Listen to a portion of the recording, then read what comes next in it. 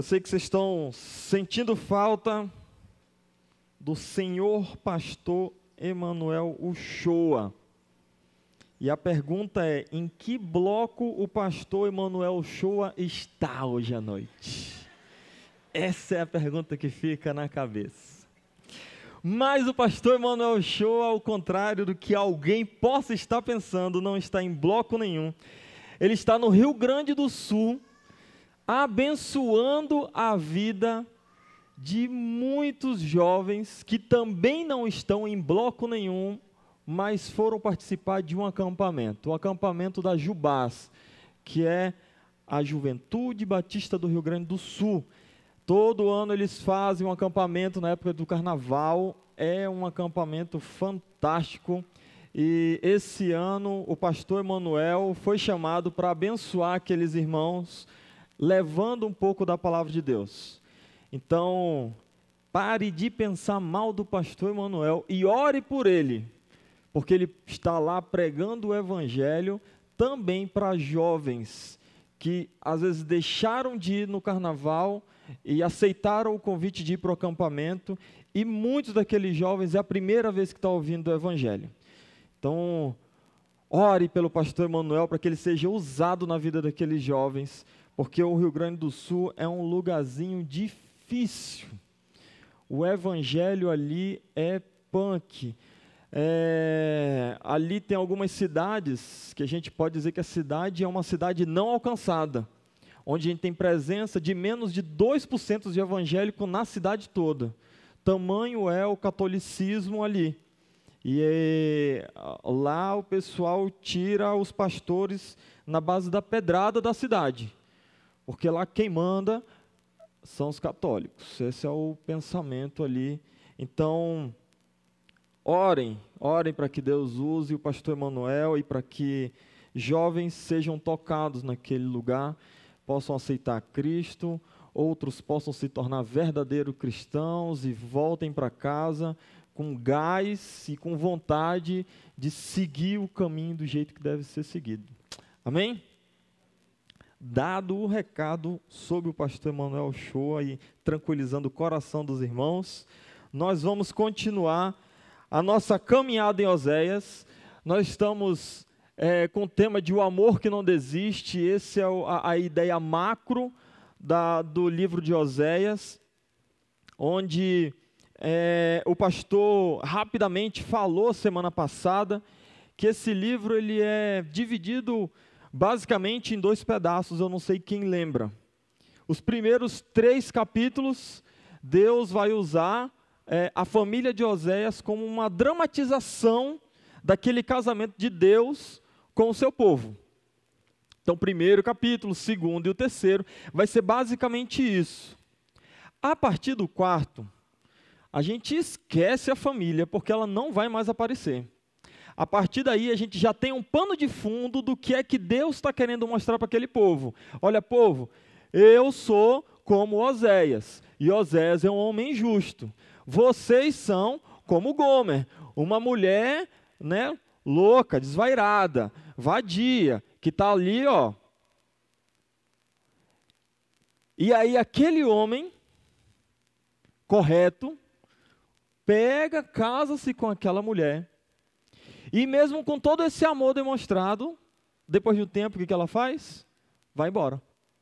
Larga o cara e vai viver com outros homens. Vai se prostituir, vai adulterar.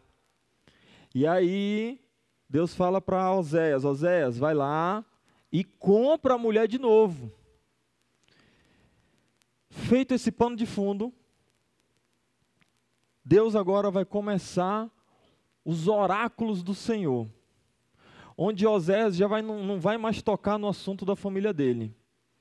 Agora a palavra é direto, Deus falando ao seu povo.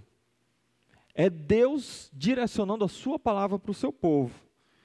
Não é à toa que Oséias 4 já começa, israelitas, ouçam a palavra do Senhor. Porque a partir daqui é Deus falando para o seu povo através do profeta Oséias.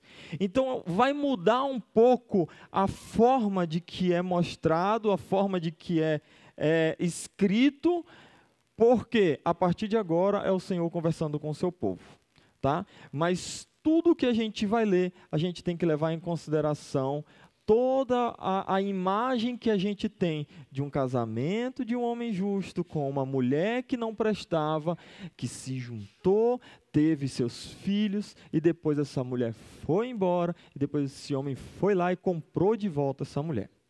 Certo? Então, eu gostaria de que vocês acompanhassem comigo a leitura, porque é uma leitura um pouco grande, são 19 versículos. E normalmente, quando é 19 versículos, a gente se perde no meio da leitura, certo? Então, vai lendo e acompanhando comigo, para você não se perder. E conforme a gente vai lendo, vai prestando atenção em alguns pontos, sempre lembrando de que o pano de fundo é um homem justo que casou com a mulher foi embora e ele larga a mulher e ele não quer mais saber da mulher, mas depois ele pega e compra a mulher de novo, certo? Capítulo 4, a partir do versículo 1, nós vamos ler o capítulo 4 todo. Diz assim: Israelitas, ouçam a palavra do Senhor, porque o Senhor tem uma acusação contra vocês que vivem nessa terra. A fidelidade e o amor desapareceram dessa terra, como também o conhecimento de Deus. Só se vê em maldição, mentira e assassinato, roubo e mais roubo, adultério e mais adultério, ultrapassam todos os limites, e o derramamento de sangue é constante. Por isso a terra pranteia, e todos os seus habitantes desfalecem, os animais do campo, as aves do céu, e os peixes do mar estão morrendo. Mas que ninguém discuta, que ninguém faça acusação, porque sou eu quem acuso os sacerdotes. Vocês tropeçam dia e noite, e os profetas tropeçam com vocês. Por isso destruirei a sua mãe. Meu povo foi destruído por falta de conhecimento. Uma vez que vocês rejeitaram o conhecimento, eu também os rejeito como meus sacerdotes. Uma vez que vocês ignoraram a lei do seu Deus, eu também ignorarei os seus filhos. Quanto mais aumentaram os sacerdotes, mais eles pecaram contra mim. Trocaram a glória deles por algo vergonhoso. Eles se alimentam do pecado do meu povo e têm prazer na sua iniquidade. Portanto, castigarei tanto o povo quanto os sacerdotes por causa dos seus caminhos e lhes retribuirei seus atos. Eles comerão, mas não terão o suficiente. Eles se prostituirão, mas não aumentará a prole, porque abandonaram o Senhor para se entregarem à prostituição, ao vinho velho e ao novo, prejudicando o discernimento do meu povo.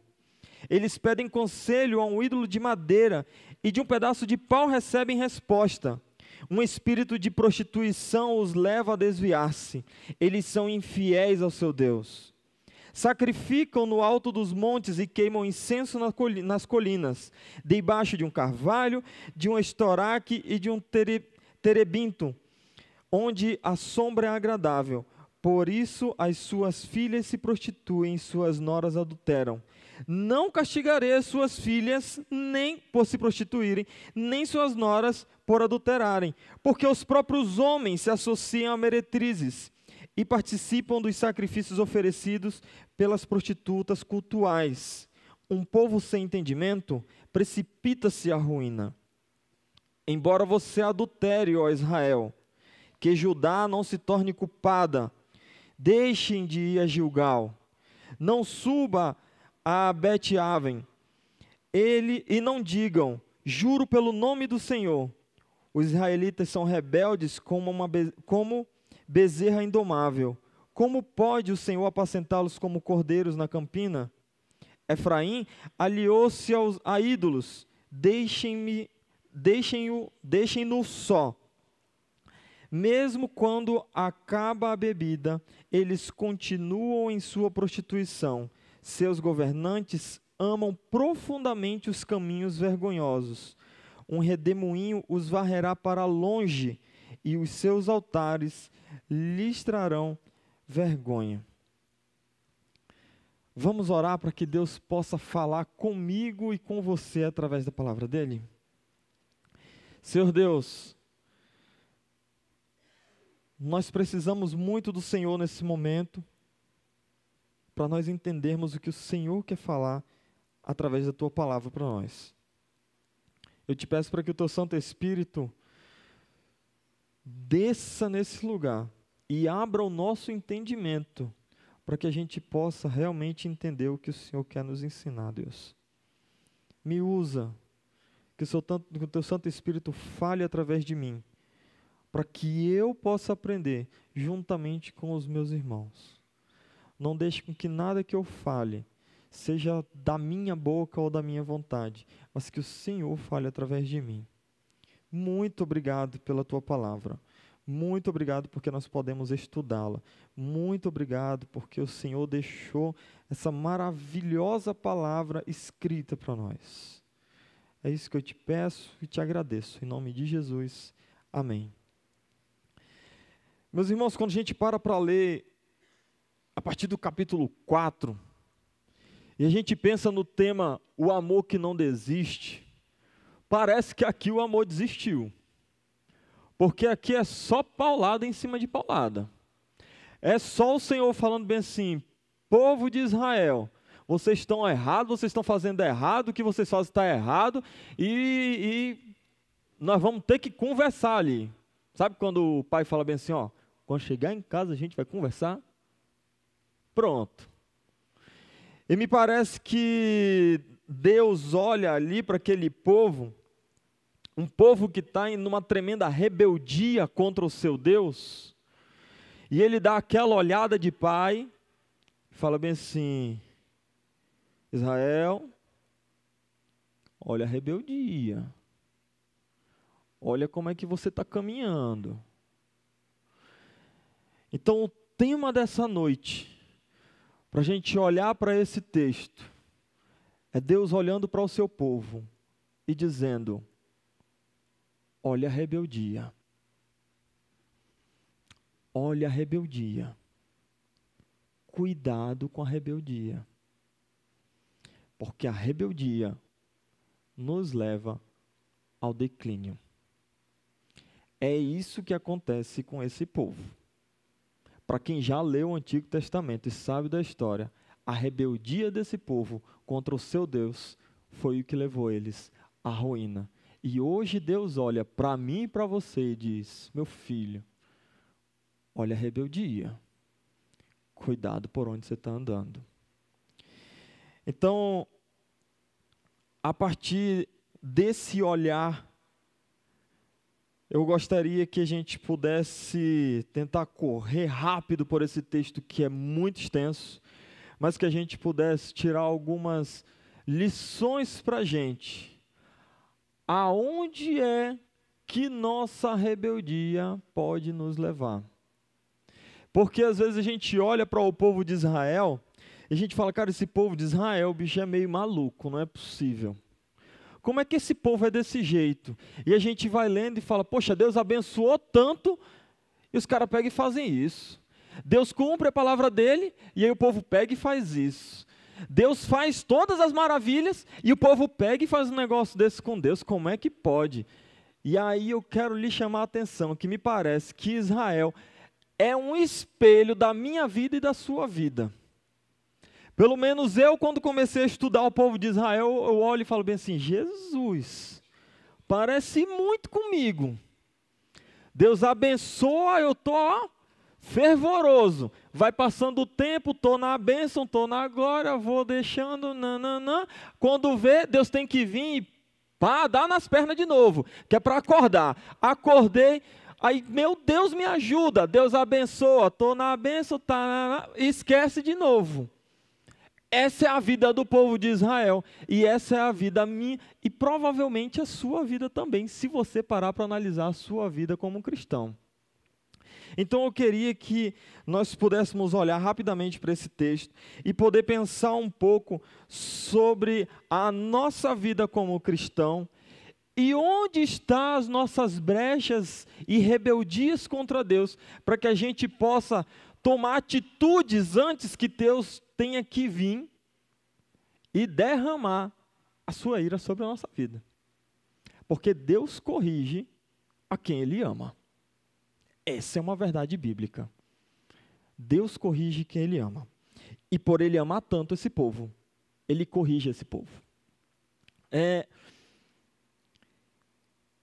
A rebeldia contra Deus, em primeiro lugar, ela nos faz nos afundar no pecado. Ela nos afunda no pecado. Quando a gente começa a se rebelar contra Deus, a gente começa a entrar num ciclo de pecado, a um ponto que a gente nem percebe mais. E às vezes a gente está pecando de uma forma tão normal que a gente continua e a gente nem percebe que tem que tomar decisões radicais para largar aquele pecado. É o que acontece com esse povo. Capítulo 4 começa assim: Israelitas, ouçam a palavra do Senhor, porque o Senhor tem uma acusação contra vocês que vivem nessa terra.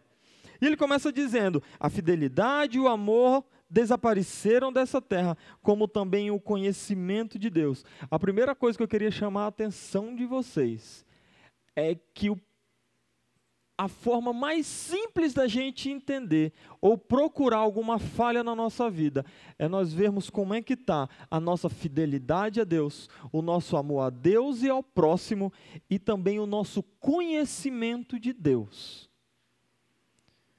Como é que está a sua fidelidade a Deus, meu irmão? Eu não tenho como responder, porque a gente se encontra aqui uma vez ou outra, num domingo, às vezes nem consigo falar com todo mundo. E aqui todo mundo é bonitinho, todo mundo é crente. Mas você tem essa resposta. Você sabe o quão fiel você está sendo ou não a Deus. Como é que anda o seu amor a Deus, o seu amor ao próximo? Não tem como eu dizer que amo a Deus se o meu amor ao próximo não existe. É isso que a palavra deixa claro. E como é que está o seu conhecimento a respeito do Deus que você professa adorar? Como é que está a sua intimidade com Deus? Conhecimento no Antigo Testamento, a grande maioria das vezes, ele não tem apenas um significado, mas normalmente, como nesse texto aqui a gente vai poder ver, ele fala do conhecimento de Deus, ou seja, a intimidade que você tem de Deus, e também o conhecimento cognitivo, que você conhece de Deus a partir do que você lê, do que você aprende dele. Quanto mais você deixa de ser infiel, você deixa de amar a Deus, deixa de amar ao próximo e você se distancia do conhecimento. Isso provavelmente está querendo mostrar para você que você está em rebeldia contra Deus. E quando a gente começa a ser rebelde contra Deus, nós vamos nos afundando ao pecado cada vez mais. O versículo 2 diz: só se vê em maldição, mentira e assassinatos, roubo e mais roubo, adultério e mais adultério, ultrapassando todos os limites, e o derramamento de sangue é constante. Parece que é um negócio, era um ciclo que não parava. Um negócio que simplesmente era todos os dias. Aquele povo, eles estavam entregues ao seu pecado. E é enfático aqui que 5 coisas que ele cita está diretamente ligado aos 10 mandamentos. Então é uma coisa que o povo sabia que não podia fazer, mas estavam fazendo e estavam vivendo essa vida. E a gente, às vezes, a gente sabe o que a gente tem que fazer, mas a gente não quer fazer, a gente arruma desculpas e vai viver uma vida de qualquer jeito. E era o que esse povo estava dizendo, estava fazendo. Eles estavam amaldiçoando pessoas, usando o nome do Senhor para lançar maldição contra outros. Os 10 mandamentos diz que não era nem para você usar o nome de Deus em vão. E esse povo estava lançando maldições, dizendo: rapaz, tomara que teu rebanho todinho morra, em nome do Senhor. Em vez de abençoar, eles estavam amaldiçoando e usando o nome de Deus para isso. Tamanho era o pecado e a rebeldia desse povo. Esse povo já não estava nem aí, eles levantavam falso, eles mentiam de qualquer forma. Esse povo, eles estavam tirando a vida sem passar pelo devido processo legal. Eles estavam assassinando pessoas, fazendo justiça com a sua própria mão. Eles estavam roubando, pegando o que não era seu, coisas que estavam explícitas nos 10 mandamentos para aquele povo não fazer. E eles simplesmente estavam violando os seus vínculos de casamento. O casamento para eles ali tanto fazia. Uma vida de adultério, e a gente vai ver durante o restante desse capítulo como Deus fala sobre adultério na vida daquele povo. E não só na vida do povo, na vida dos sacerdotes. A liderança religiosa daquele povo estava também caminhando nesse esquema de adultério. Tamanho era a cegueira daquele povo. Quanto mais nós nos afastamos da fidelidade, do amor e do conhecimento de Deus, mais nós afundamos no pecado. E quando o povo de Deus se rebela contra Deus, não é apenas o povo de Deus que sofre.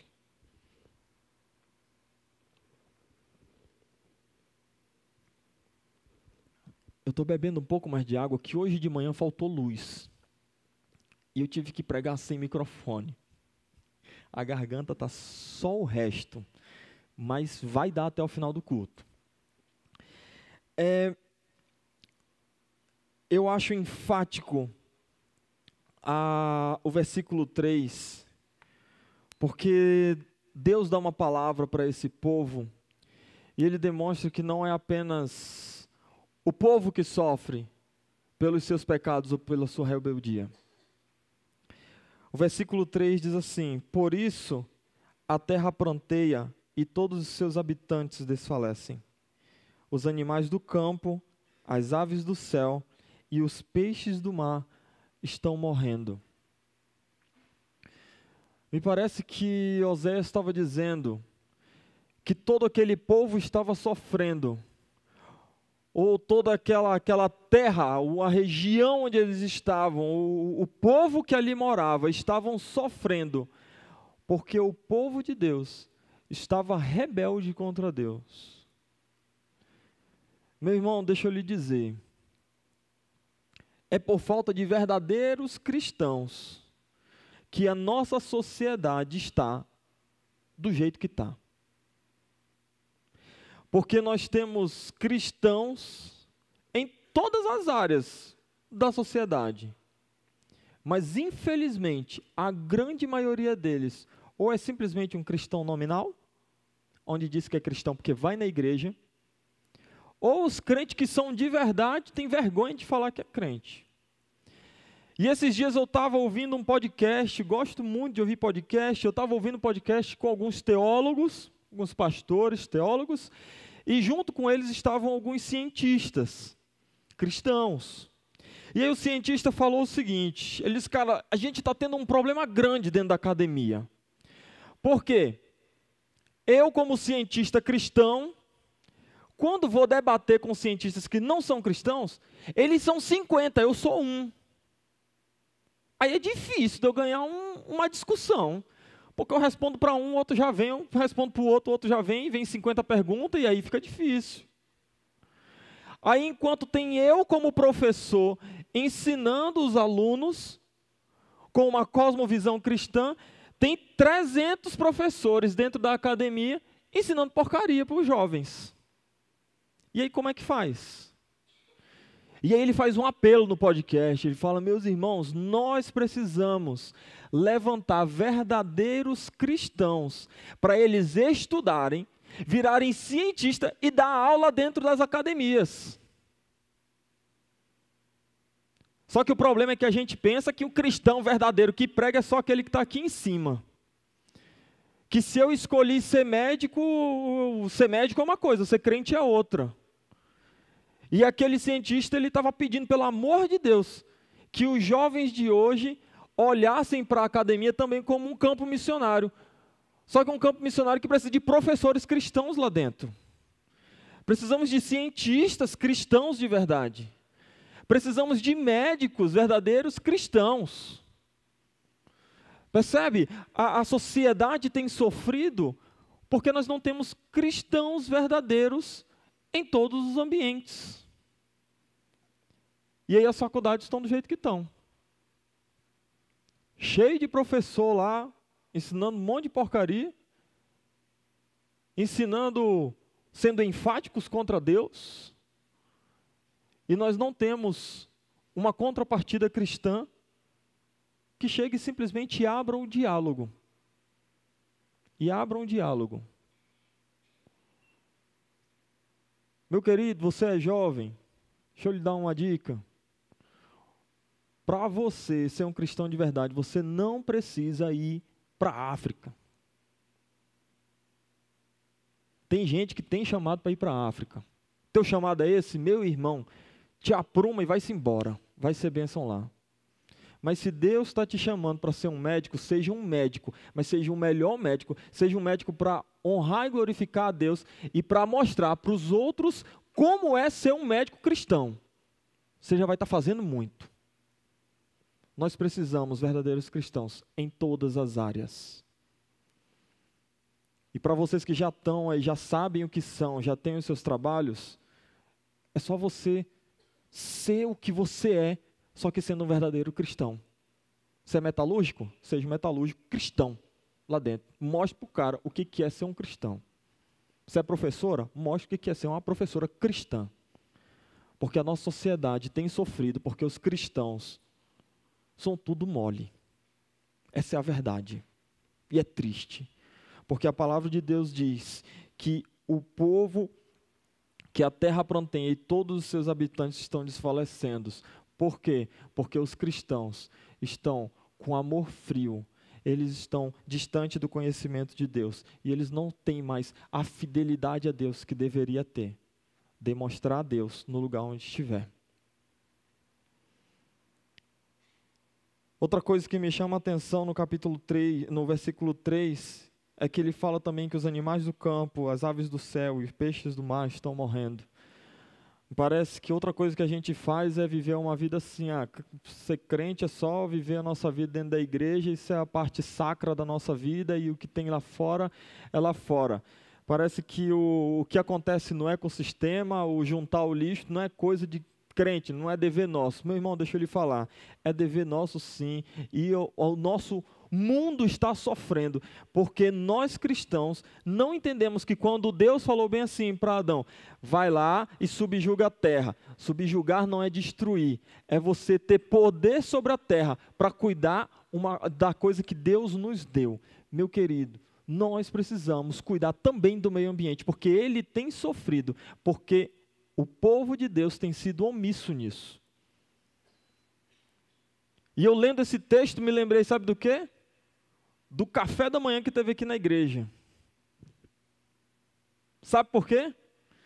Porque quando acabou o café da manhã, que a gente foi juntar as mesas, o que tinha no chão? Mais copo do que a Portugal, 6 horas da manhã. Já passou na Portugal, 6 horas da manhã? É só copo. Pronto, parecia a frente da igreja. Eu olhei e falei bem assim, mano, não é possível. Sério, o lixo está aqui a 2 metros. É pegar daqui e fazer isso daqui, ó. Se não faz aqui dentro, você avalia como é que é o crente lá fora. Me preocupei. Me preocupei. E as crianças têm aprendido conosco. Se você deixa em cima da mesa, a criançada vai aprender que é para deixar em cima da mesa. Bate o vento, vai para o chão e já era. Mano, pega um negocinho e ensina seu filho. Não, meu filho, junta aí, bora ali, ó, nós dois aqui, ó. Joga fora. A gente precisa entender que é dever nosso, sim, como cristão, cuidar do ecossistema, porque é criação de Deus e Ele nos deu para cuidar.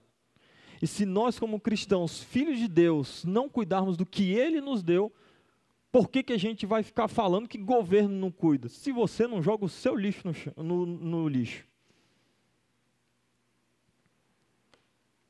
A terra sofre porque os cristãos estão distantes de Deus.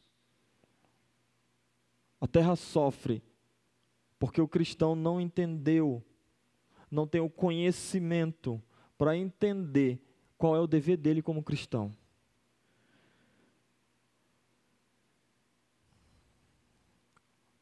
Quando nós estamos aprofundados no nosso pecado, sendo infiéis, com amor frio, longe do conhecimento de Deus,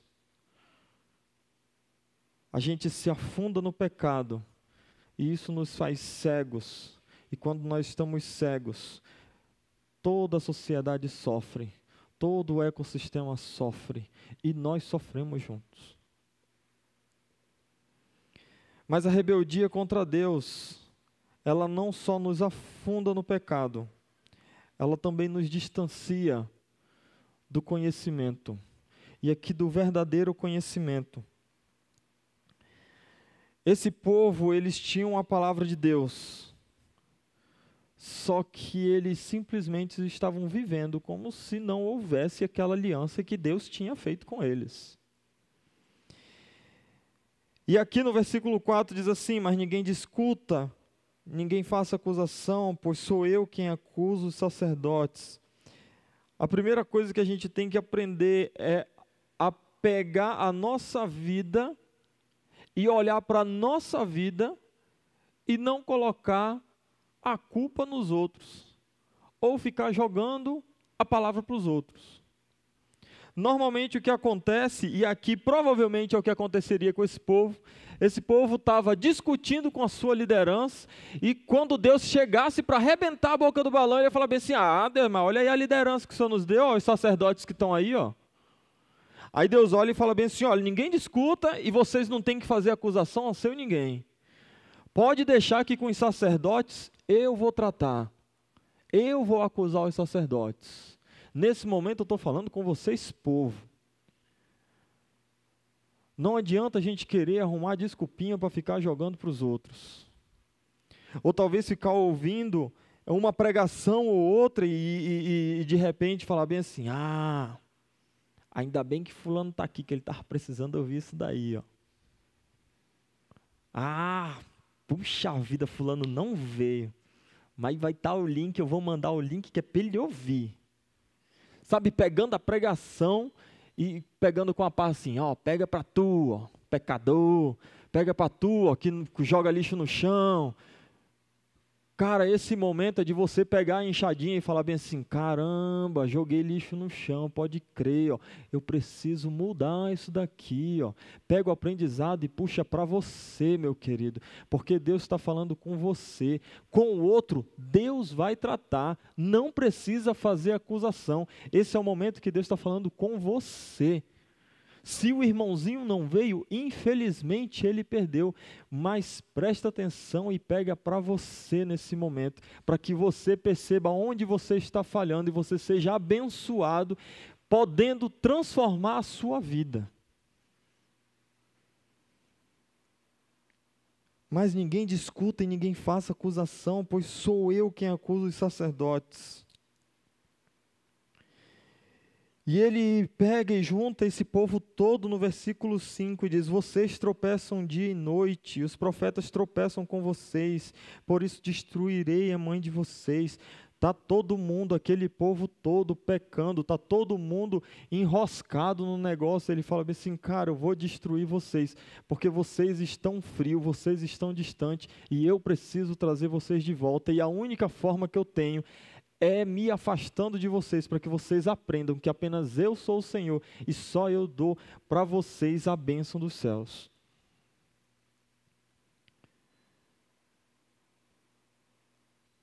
Nós precisamos correr atrás do conhecimento. Versículo 6 diz: meu povo foi destruído por falta de conhecimento. E aí ele vai falar de 2 pontos do conhecimento no versículo 6.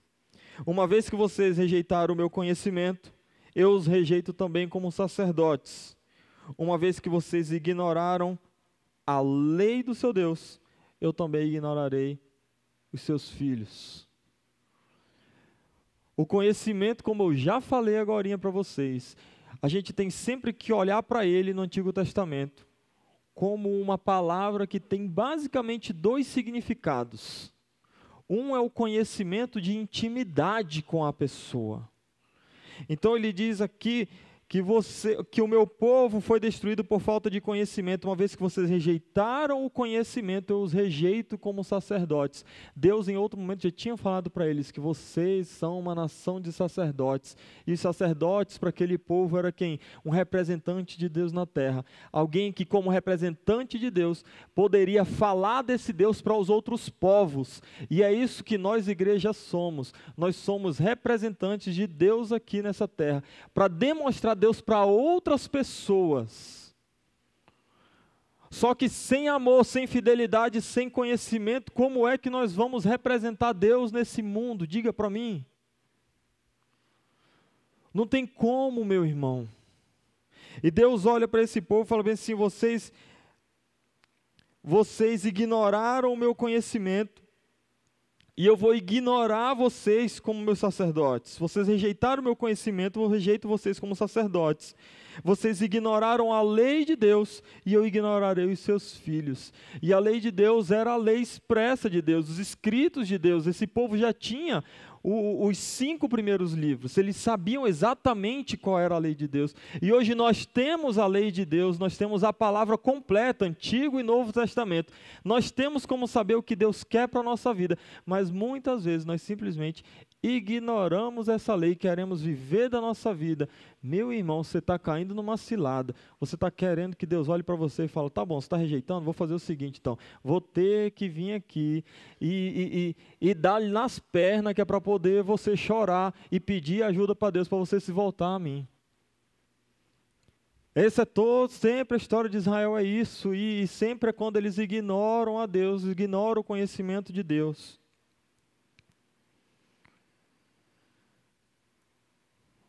O povo de Deus tem sido destruído por falta de conhecimento.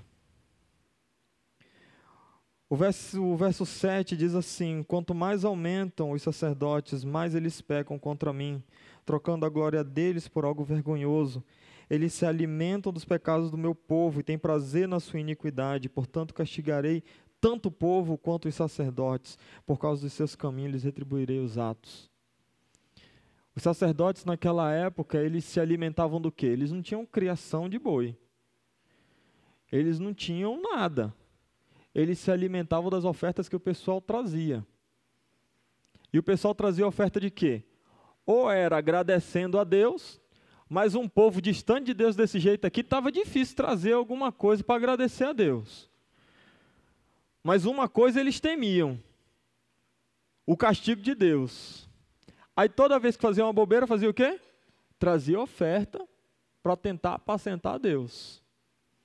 E os sacerdotes viviam do quê? Das ofertas do pecado do povo. Não à toa, eles se alimentam do pecado do meu povo e têm prazer na sua iniquidade. Quanto mais o povo pecava, mais oferta eles tinham. Quanto mais oferta eles tinham, mais sobrava. Quanto mais sobrava, mais eles podiam vender para eles poderem ter dinheiro. Quanto mais pecado, mais riqueza. Quanto mais iniquidade, mais prazer. Um povo com falta de conhecimento, caindo na cilada de sacerdotes que também estão longe do conhecimento. Isso me parece muito a vida de muitas igrejas que tem povo com pouco conhecimento e tem caído na cilada de sacerdotes que têm se alimentado de pessoas com pouco conhecimento e que está indo na igreja para tentar apaziguar a ira de Deus. E vai na igreja, dá dízimo, dá bízimo, dá trízimo, dá carro, dá tudo, mano. Que é para ver se Deus abençoa. Abra o olho, meu irmão. Abra o olho. Para que você não caia na cilada de falsos mestres e sacerdotes que têm se alimentado da iniquidade do povo. O Senhor olha para aqueles líderes, olha para aquele povo, pega todo mundo, joga dentro do mesmo balaio e diz: portanto eu castigarei tanto o povo quanto os sacerdotes, por causa dos seus caminhos, e lhes retribuirei seus atos. É isso que diz no versículo 9. São palavras duras, mas que aqui a gente tem que lembrar que da mesma forma que Gomer tinha deixado o seu marido para estar andando com outros homens, o povo de Deus tinha deixado o seu Deus, o seu marido, estava andando com outros deuses, e que nós, povo de Deus, temos a tendência de largar o nosso marido, o nosso Deus, o nosso Salvador, e entregar glória para outras coisas. Palavras duras, mas palavras que podem ser uma bênção na vida do povo de Deus, que olha para isso daqui e conserta os seus caminhos. A falta de conhecimento, o distanciamento de Deus, a rebeldia contra Deus, ela vai nos levando de mal a pior. Primeiro você vai se afundando no pecado. Depois, a nossa rebeldia, ela nos distancia do conhecimento verdadeiro de Deus, da nossa intimidade com Deus. E por último, ele nos leva talvez à maior desgraça que tem tomado conta dos seres humanos hoje. Ele nos leva a uma adoração vazia. Eu acredito que muito do que tem acontecido hoje no mundo é porque pessoas têm adorado os deuses errados. Ao invés de adorar o verdadeiro Deus, o cara vai dar toda a sua vida por aquela viagem que ele precisa fazer. Aí quando ele faz, que ele volta para casa, o coração está vazio. Aí ele vai procurar qual o próximo Deus? O carro do ano. Vou dar minha vida todinha para comprar o carro do ano. Comprei o carro do ano, o que o coração faz? Vazio de novo. Esse povo conhecia o verdadeiro Deus, mas tamanho era a distância deles do Deus verdadeiro, que eles começaram a ter adorações vazias. Isso tem tomado conta também dos cristãos. Cristãos que têm adulterado, não porque esqueceram de Deus e passaram a odiar Deus, mas porque eles estão casados com Deus e flertando com outros deuses. Semana passada o pastor já deu uma pincelada sobre isso. E aqui eu queria ler o versículo, a partir do versículo final do versículo 10 e o 11 e o 12, para a gente ver como Oséias fala, me parece que até meio sarcasticamente. Ele fala assim: porque abandonaram o Senhor para se entregarem à prostituição, ao vinho velho e ao novo, prejudicando o discernimento do meu povo. Eles pedem conselho ao ídolo de madeira, e a um pedaço de pau, e de um pedaço de pau recebem resposta. O espírito de prostituição os leva a desviar-se. Eles são infiéis ao seu Deus. Aqui me parece que ele não está falando de uma prostituição física. Porque no final ele diz que eles são infiéis ao seu Deus. Me parece que aqui ele está falando de uma prostituição espiritual, onde aquele povo que deveria ser apegado 100% a Deus, o Deus Todo-Poderoso, que fez maravilhas para aquele povo, está de mão dada com ele, mas aqui está de mão dada com outro. E ele pega e sarcasticamente ele fala: rapaz, os caras estão pedindo conselho, no versículo 12, eles pedem conselho para um ídolo de madeira, e de um pedaço de pau eles recebem resposta. O povo estava ficando meio maluco já, cara, fazendo coisas que a gente olha e fala: mano, isso é ridículo. Os cananeus, eles tinham um negócio de pegar assim um pedaço de madeira qualquer, estava no chão, aí eles pegavam assim: vou pegar uma madeira aqui, falava assim: ô Baal, olha só, estou precisando saber se é para eu plantar milho Ou soja, não sei. Mas Baal tem a resposta. Ô pedaço de madeira, Baal, tá lá, hein? Vai, ele joga para cima. Se apontou para a direita, é milho. Pronto, apontou para a direita, milho. Pedaço de madeira dando resposta para o povo. O povo tendo o próprio Deus, Senhor dos senhores, todo-poderoso, pedindo resposta a pedaço de madeira. Gente, isso é ridículo. Isso é ridículo, mas hoje nós temos cristãos fazendo a mesma coisa. Vai pedir conselho, pede conselho, sei lá para quem, para gente que não faz ideia de quem é seu Deus. Aí vai pedir conselho sobre tudo. Meu irmão, isso me parece que é olhar para cá e falar bem assim, está se entregando ao vinho velho ou novo, está com o discernimento prejudicado. Como é que você vai pedir um conselho sobre coisas espirituais a pessoas que nem no Deus que você crê acredita? Como é que você vai colocar a sua vida espiritual na mão, sei lá do que, de um carro e eu preciso disso daqui, eu vou me entregar para isso daqui. Vou dar tudo de mim, vou adorar esse vestibular que eu preciso passar, e aí, quando passa, percebe que é mais difícil sair de dentro da faculdade do que entrar. É 5 anos para entrar e 15 para sair, porque o negócio pega lá dentro.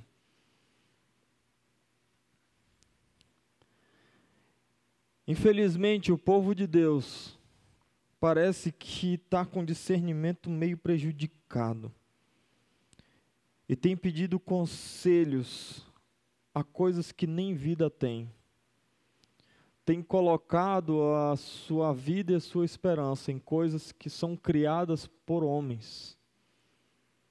Ou talvez tem colocado a esperança na vida de outras pessoas, pessoas tão falhas quanto você.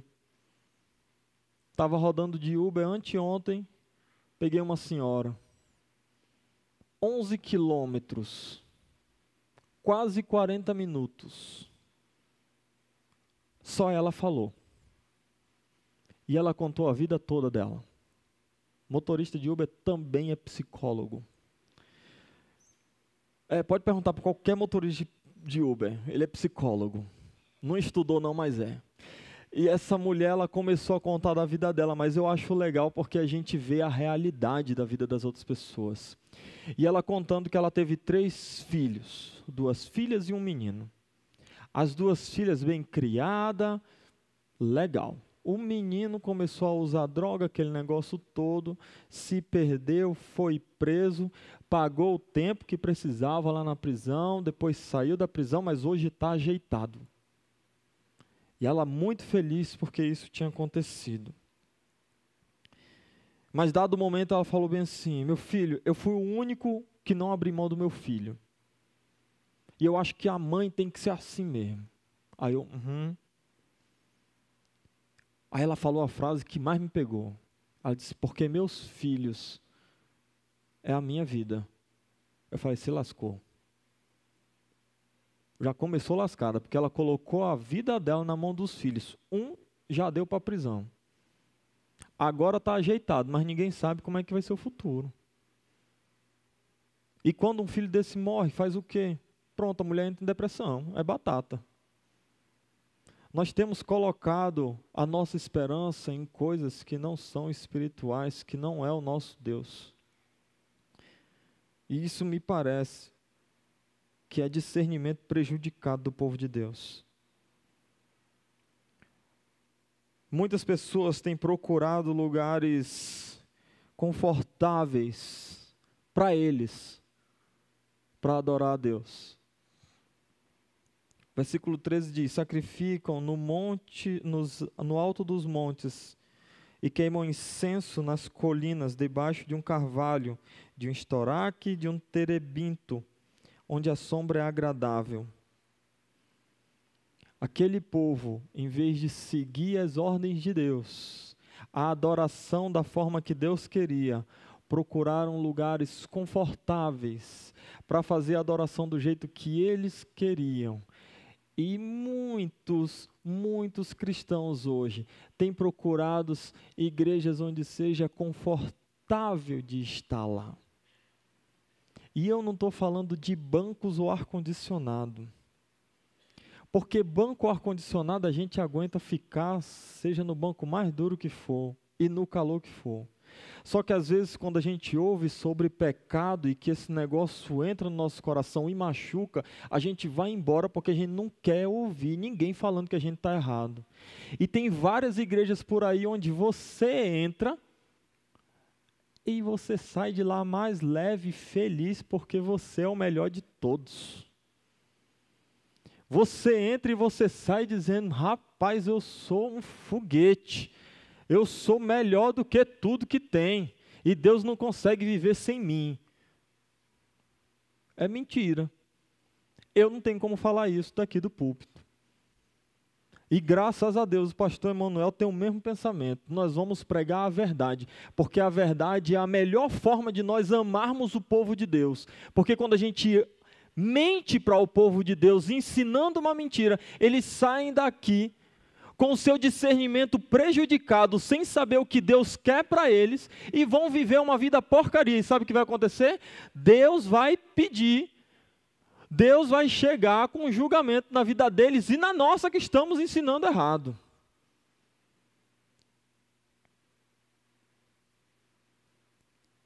Então, para mim é muito mais difícil, mas mais tranquilizante, eu poder falar para os irmãos e para mim mesmo que eu sou pecador e que eu preciso me ajeitar com Deus, do que eu falar que você é o melhor cara do mundo e que eu sou o melhor cara do mundo, que a gente não precisa mudar nada, que está tudo bem, porque isso é mentira, meu querido. E tem muita gente procurando um lugar confortável para sentar e sair de lá com o ego massageado. Só falta os irmãos deitar e fazer assim para o pastor ir lá e vem aqui, meu filho. Só que massagem muitas vezes faz mais mal do que bem quando é no ego. O ego da gente já é muito grande, a gente precisa levar umas lapadas, que é para ver se aprende e se volta para Deus. É isso que Deus faz com o povo dele. Ensina o caminho que eles precisam andar.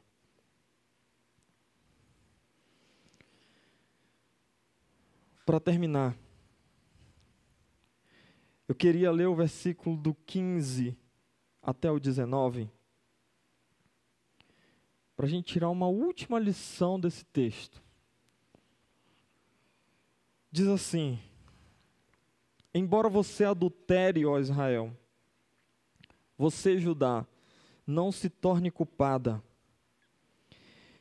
Deixem de ir a Gilgal, não subam a Bet-Aven, e não digam, juro pelo nome do Senhor. Os israelitas são rebeldes como bezerra indomável. Como pode o Senhor apacentá-los como cordeiros na campina? Efraim aliou-se a ídolos, deixem-nos só. Mesmo quando acaba a bebida, eles continuam em sua prostituição. Seus governantes amam profundamente os caminhos vergonhosos. Um redemoinho os varrerá para longe, e os seus altares lhes farão vergonha. Oséias, ele é um profeta para o povo do norte. A gente tem que lembrar, nesse momento, que o povo de Israel, que eram 12 tribos, dado momento, acontece uma revolta, eles se separam em 2 tribos. Povo de Judá, do sul, povo de Israel, do norte. Né? Para quem viu a primeira pregação, o pastor explicou isso daqui bem bonitinho. E aí o que acontece? Oséias, ele é um profeta para o povo do norte. Ele está falando com Israel, não com Judá. Até porque quem vai ser destruído primeiro é Israel. É o que ele começa falando. Esse povo aqui está perdido. Mas que essa loucura desse povo não caia como peso em Judá. Mas o que me chama mais atenção é que depois que ele fala isso, ele vai dizer que esse povo de Israel aqui é como uma bezerra indomável. A ideia mesmo é daquela vaca louca que você tenta segurar e a bicha é doida, ninguém consegue. Ele fala assim, como é que esse povo quer ser apacentado como cordeirinho, sendo esse trem aqui indomável, essa vaca doida aqui. Não dá. Aí ele olha para o povo e fala bem assim: Efraim, se retratando ao povo do norte, que era o povo mais forte, ele é o clã mais forte dali do norte. Efraim aliou-se aos ídolos. Deixem-no só. Meu querido, deixa eu falar uma coisa para você. Se tem alguém na sua vida que está lhe fazendo caminhar para distante de Deus, em nome de Jesus, larga a mão dessa amizade, que isso não é amizade para você, não. Eu tenho falado isso, inclusive, com os povo que é namorado. Senta para conversar comigo, a gente vai conversando, mas chega um momento que eu olho e falo bem assim: bicho, deixa eu te bater a real. Se o namoro de vocês não tem feito vocês caminhar para mais perto de Deus, a melhor coisa que vocês fazem hoje é acabar e cada um tentar buscar a Deus sozinho. Aí você vai virar um homem de Deus, ela vai virar uma mulher de Deus, e aí se Deus abençoar, lá na frente vocês se juntam de novo. Se não, vocês encontram uma mulher de Deus, um homem de Deus, vocês se casam com quem tem que casar. Mas coisa sem futuro é um namoro que vai levar vocês a estar mais distante de Deus. Coisa sem futuro é uma amizade que você tem, que toda vez que vocês se juntam é para difamar pessoas, para falar mal de gente. Cara, isso é uma amizade sem futuro. Coisa mais sem futuro que tem é aqueles amigos que quando vai falar, só vai falar pornografia, vai falar de mulher, vai falar das mulheres que catou, mano. Corre, sai fora. Corta essas amizades. O cara tá assim com os ídolos dele, deixa o cara só. Porque se ele for filho de Deus, o Deus vai dar-lhe nas canelas que é para ele voltar de novo. Só que infelizmente, às vezes a gente quer dar uma de super crentão e vai se associando com pessoas dessa forma, dessa índole, achando que a gente vai puxar o pessoal para cima. Meu irmão, é muito mais fácil o cara puxar você para baixo, para distante de Deus, do que você puxar o cara para cima. Deixa eu lhe dar uma dica: se alinhe com pessoas que têm a mesma fé que você e que sejam cristãos verdadeiros e maduros. Sabe por quê? Depois que vocês estiverem caminhando, se estiverem fortes, vocês pegam como grupo um cara perdidaço desse, joga para dentro e vocês juntos puxam ele para cima. Não tenta fazer o inverso. Porque as más companhias corrompem os bons costumes. Não tem como você só andar com gente que não presta e achar que você vai continuar prestando. Isso é a coisa mais difícil de acontecer. E ainda tem adolescente jovem que me olha e fala bem assim: mas Jesus fez e tu é Jesus. Sério? Tu está se comparando com Jesus? Vou te botar só Pedro, melhor amigo, estava lá. Na hora que deu o B.O. e fez o quê? Sei nem quem é Jesus. Está aí, melhor amigo de Jesus, estava lá, ó. Só que esse daí era ser humano como você. É muito mais fácil você dizer, não sei nem quem é Jesus, que você pegar e converter o povo todo. Meu irmão, busque pessoas que lhe tragam para perto de Deus. Se você só tem amizade com gente que está lhe levando para baixo, pelo amor de Deus, busque bons amigos. Não é possível que numa igreja com 300 pessoas você não consiga encontrar pelo menos 5 aqui para caminhar com você. Não é possível. Está difícil? Entra num pequeno grupo. Eu quero ver você ir para um pequeno grupo e sair de lá odiando todo mundo. Vai ter pelo menos uma família que você vai amar. Não é possível.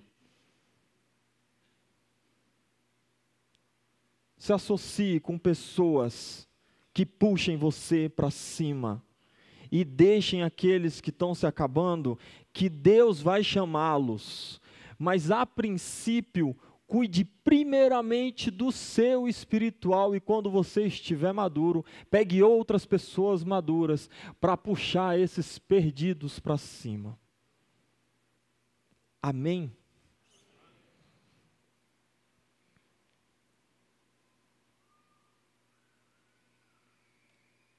Esse capítulo, ele finaliza assim. Deus aqui nesse capítulo, ele não termina falando que no final ele vai trazer o povo de volta.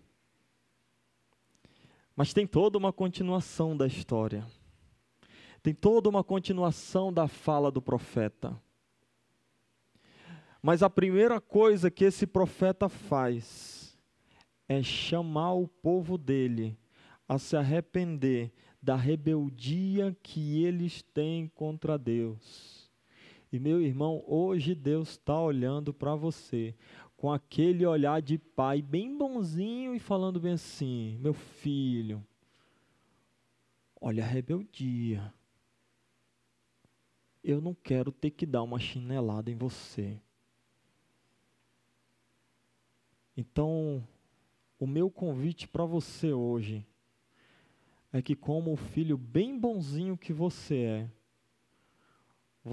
olhe para a sua vida e procure onde você está falhando e se volte para Deus antes que ele tenha que pegar o chinelo. Porque Deus não deixa os seus filhos sem repreensão. Porque Deus repreende os filhos a quem Ele ama. E Ele ama todos os filhos dele. Se você não está sendo repreendido, cuidado, você pode ser um filho bastardo. É isso que diz lá em Hebreus. Você pode ser alguém simplesmente que está vivendo uma vida dentro da igreja, mas que na realidade não reconheceu o Senhor Jesus como único Salvador e como o único Senhor da sua vida. Eu queria convidar os irmãos a baixarem a cabeça de vocês e a pensarem no que vocês têm vivido. Não tem como eu olhar para o rosto de vocês e falar: essa é a falha, meu irmão. Mas você pode pedir para Deus lhe mostrar onde você tem falhado. E Deus quer trazer você de volta.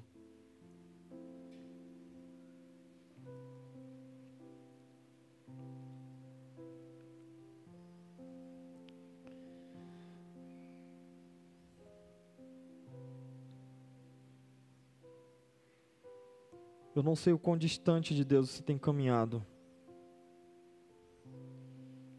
Inclusive pode ser alguém que tem alguém aqui que nunca nem reconheceu o Senhor Jesus Cristo como Salvador. O Senhor Jesus Cristo deu a sua vida. Ele morreu na cruz pelas suas falhas, pelos seus pecados, para que você não precisasse pagar pelos seus pecados no inferno.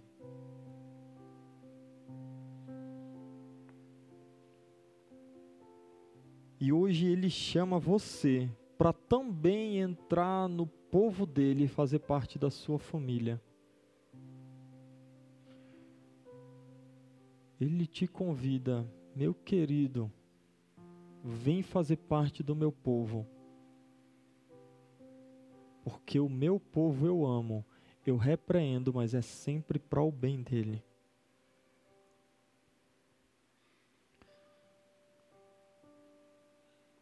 Se tem alguém aqui nessa noite que nunca reconheceu o Senhor Jesus Cristo como Senhor e Salvador, mas que gostaria de começar hoje uma caminhada com Deus, gostaria que você fizesse um aceno com a sua mão. Está todo mundo de cabeça baixa.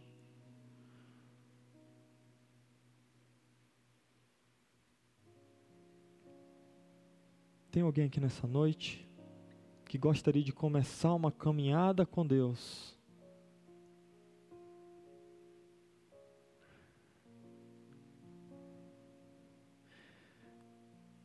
Eu Eu queria também falar com você que talvez esteja distante de Deus. Você olhando para a sua vida tem reconhecido que, eu tenho vivido a minha vida do meu jeito. Um dia eu até aceitei a Cristo, mas eu tenho vivido a vida como eu acho que deve ser vivida. Meu querido, Deus te chama de volta. Deus te chama para caminhar uma caminhada de santidade com Ele. Abra o seu coração para Deus e fale com Ele. Peça perdão pelos seus pecados. Peça perdão pela caminhada errada que você tem caminhado. Se reconcilie com Deus e volte a caminhar com Ele.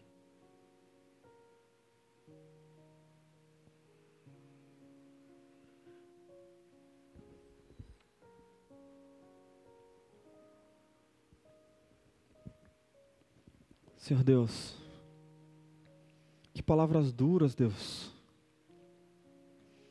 Palavras que muitas vezes machucam o nosso ego. Palavras que ferem os nossos sentimentos, mas nós sabemos que o Senhor faz isso para nos trazer de volta. Quero te pedir perdão, Deus, por todas as vezes que nós temos, mesmo conhecendo a Tua palavra, nos distanciado e feito errado.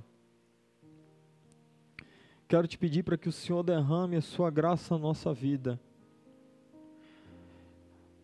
Que o Senhor abra a nossa mente e nos mostre onde nós temos caminhado errado. Para que a gente possa tomar as atitudes para começar uma caminhada correta ao Teu lado.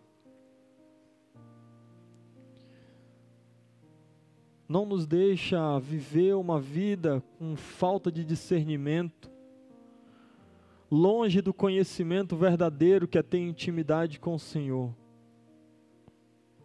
Nos ajuda a ser fiel ao Senhor, fiel à Tua palavra, aos Teus mandamentos.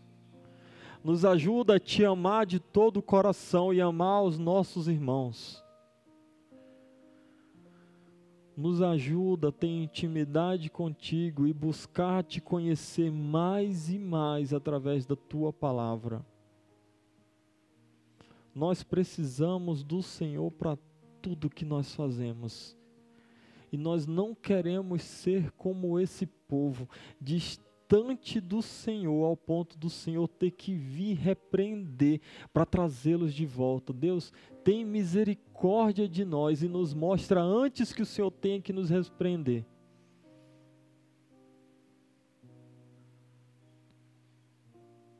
Mas se for necessário, Deus,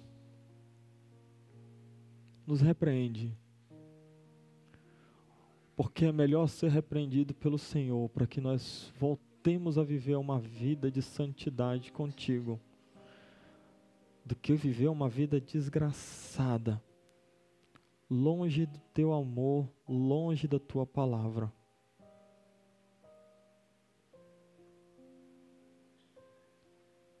Muito obrigado porque nós podemos confiar no Senhor. Obrigado porque o Senhor não desiste de nós. Porque palavras duras também é demonstração do Teu amor na nossa vida. Senhor Deus, te peço para que o Senhor nos guarde no restante dessa noite, nos leve em paz para nossas casas. E que a graça do Senhor Jesus, o amor de Deus o Pai, a consolação do Teu Santo Espírito e a comunhão que vem do Senhor esteja conosco, nos fazendo uma só família. Esteja também com todos os cristãos espalhados por essa terra, por todos os Teus filhos, para a honra e glória do Senhor. Em nome de Jesus. Amém. Meus irmãos, tenha uma semana abençoada. E não vá embora sem dar pelo menos uns 15 abraços. desejando uma boa semana e dizendo que ama o seu irmão. Deus abençoe vocês.